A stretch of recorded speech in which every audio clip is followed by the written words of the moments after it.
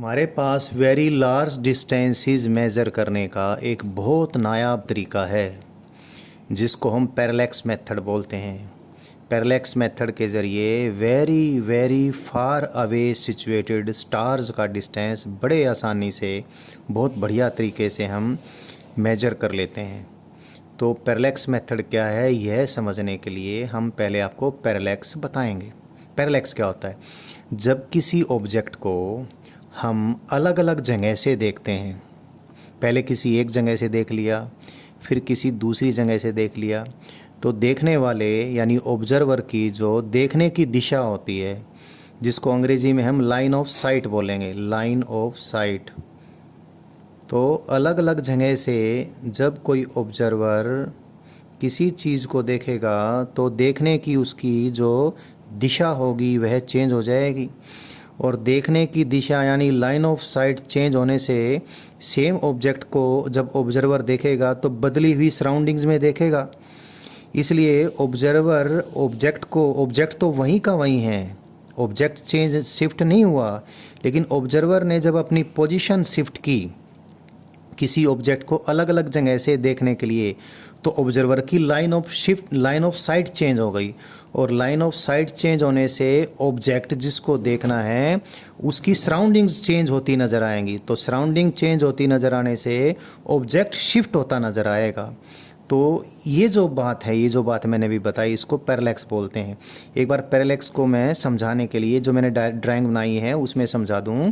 Suppose ये कोई observer है जो पहले तो इस ऑब्जेक्ट पी को O1 से देखता है, फिर इसी ऑब्जेक्ट को ये O2 से देखता है।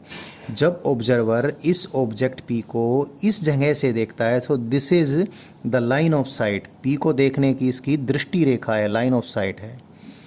तो जब यहाँ से ऑब्जेक्ट पी को, सपोज पी कोई पेड़ है या ऐसी कोई चीज़ है, या पी कोई पत्थर है, इस पत्थर को जब ऑब्जर्वर यहाँ से देखता है तो लाइन ऑफ साइट ये है, और इस लाइन ऑफ साइट के ज़रिए देखे तो ये ऑब्जेक्ट पी 4 नंबर के किसी पीछे सराउंडिंग्स में मैंने बहुत सारे ऑब्जेक्ट्स रखे हैं बराबर बराबर दूरी पर।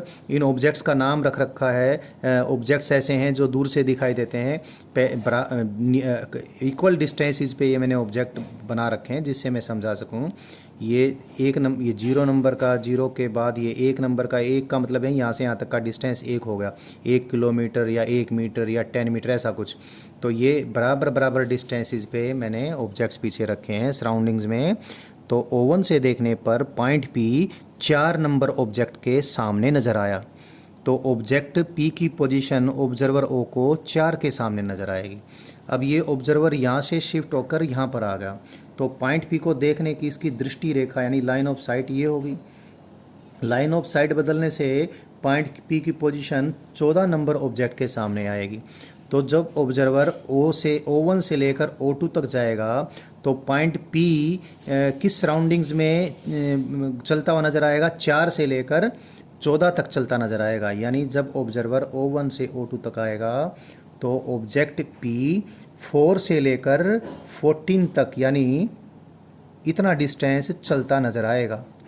यानी this is the apparent shift. ये क्या है? Apparent shift. यानी जो, हालांकि पॉइंट P की पोजीशन चेंज नहीं हो रही है, पॉइंट P तो यहीं का यहीं है, लेकिन इस चलने वाले ऑब्जर्वर को, अलग अलग जगह से देखने वाले ऑब्जर्वर को, because of the change in the line of site and because of the change in line of site the surroundings have changed, और सराउंडिंग्स के चेंज होने के कारण से ऑब्जेक्ट P की पोजीशन 4 से 14 तक बदलती यानी शिफ्ट होती नज़र आई।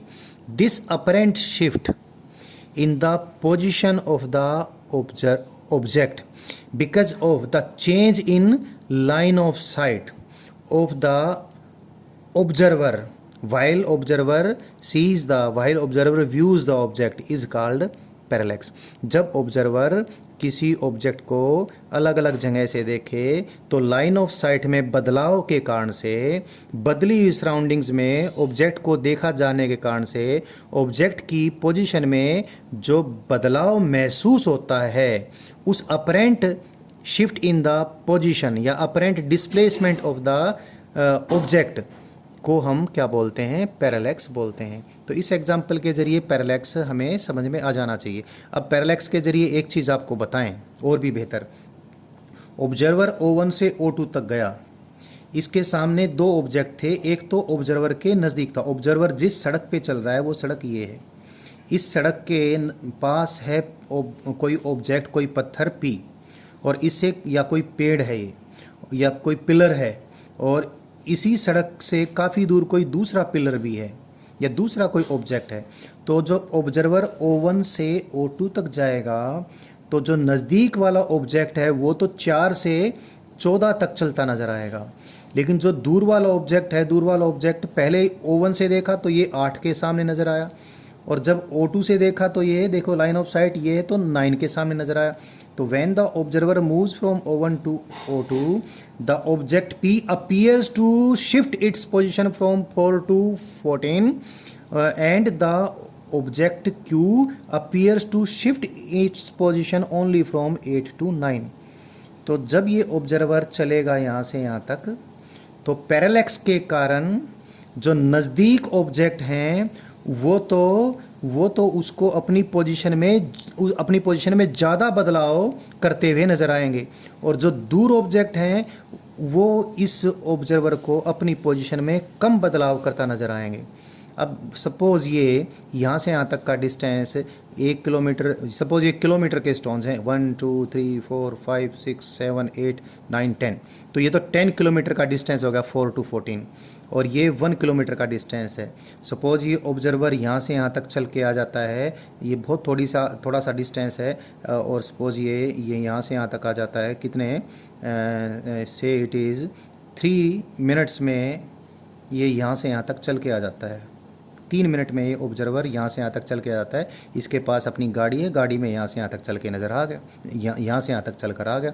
जब ये यहाँ से यहाँ तक चल कर आएगा 3 मिनट में, 3 मिनट माने कितने आवर्स में, 3 मिनट्स हैं, 3 ये मीटर्स नहीं है, मिनट्स।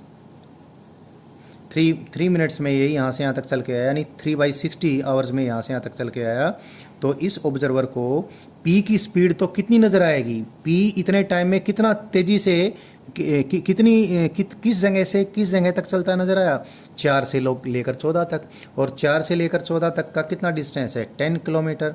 तो इस ऑब्जर्वर को जब ये यहाँ से यहाँ तक नज़र आएगा तो P की बैकवर्ड मोशन की स्पीड, ये फॉरवर्ड डायरेक्शन है तो ये बैकवर्ड होगी, बैकवर्ड मोशन की स्पीड कितनी नज़र आएगी, डिस्टेंस जो इस ऑब्जर्वर को P का शिफ्ट होता नज़र आएगा, कितना, 10 kilometre, and divide by time taken, time is 3/60 hours, so it is VP is ये 3/60 आवर्स लिख दिया मैंने। सो ये 20 यानी 200 किलोमीटर पर आवर, और Q की स्पीड कितनी नज़र आएगी, Q का डिस्टेंस कितना शिफ्ट होता नज़र आया, only 1 kilometre, divide by time taken कितना है, 3/60 आवर्स, तो कितना आया ये, ओनली 20 किलोमीटर पर आवर।